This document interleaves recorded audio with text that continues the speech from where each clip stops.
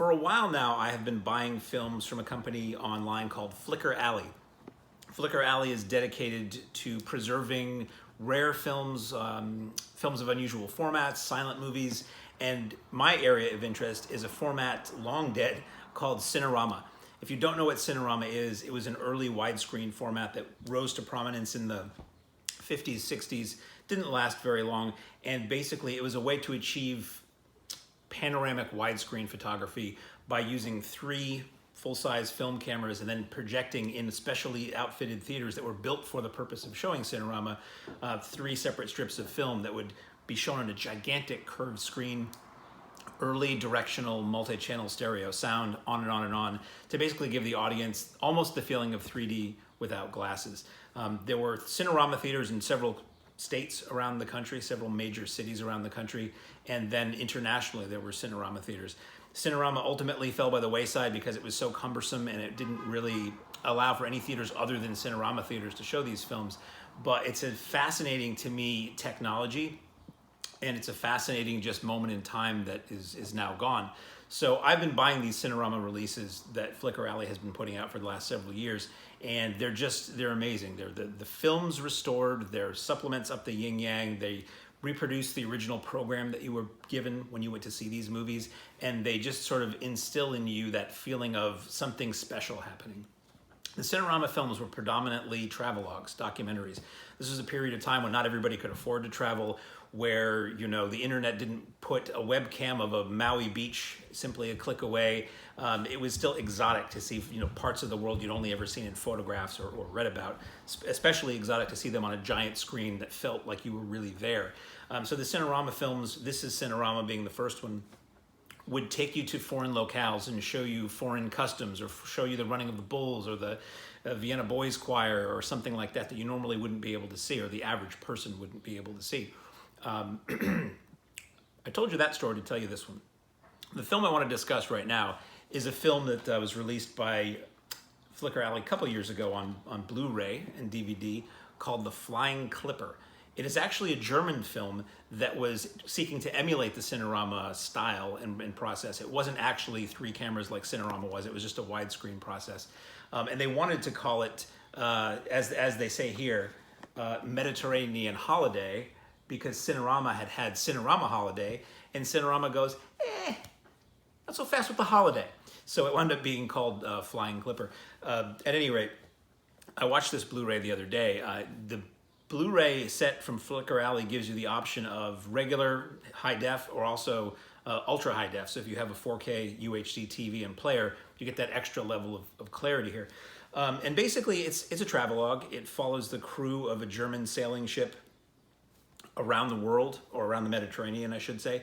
And it's a lot of sailing footage. It's a lot of lift that barge and tote that bale kind of stuff.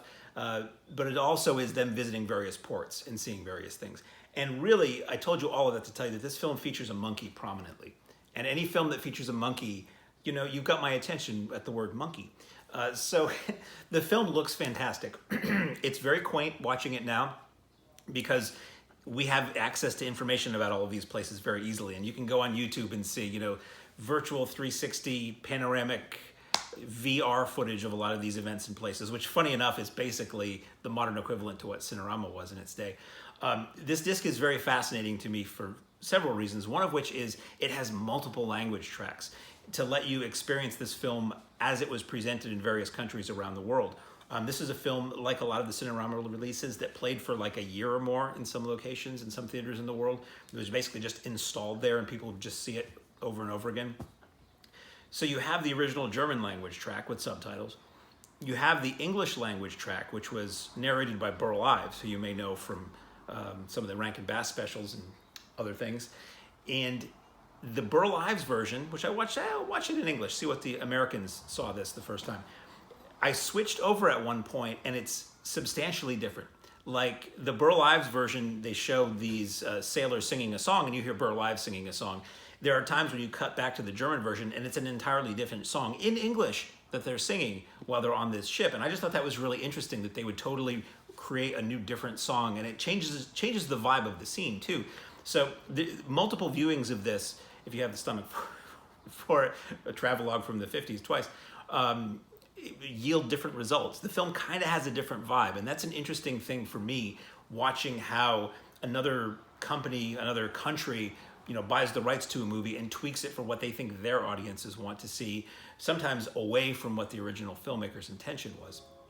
So, Flying Clipper, who is this for? Well, it's for fans of Cinerama movies, obviously. It's for fans of people who want to see what the world looked like at another time, because these Cinerama documentaries, travelogues, they're interesting to see, like in This is Cinerama. Part of it is driving down what was old Vegas in the 50s when there was hardly anything there. And it's high quality panoramic photos of Las Vegas when it was still pretty fresh and when it had not built up to the degree that it is now, where you could still see desert in the distance from any given location. Flying Clipper has the same thing. It's not just a nautical tale. It really is a tour of the Mediterranean and Europe at this period of time, and it's fascinating, and it's gorgeously shot, and it's got a monkey in it. I mean, what more do you want to know?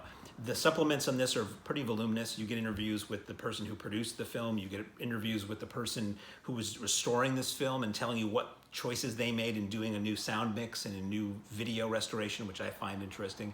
You have trailers for this and some other productions the same company did. These discs are not inexpensive. They usually run about $30 or more, but if you look at the Flicker Alley website regularly, they have sales around the holidays, and if you get on their mailing list, they have 10% off coupons now and again. That tends to be what I do, is to hold off and buy them a little cheaper because I'm a cheapskate. But I've really enjoyed these. Flicker Alley also has some narrative films that were shot in Cinerama.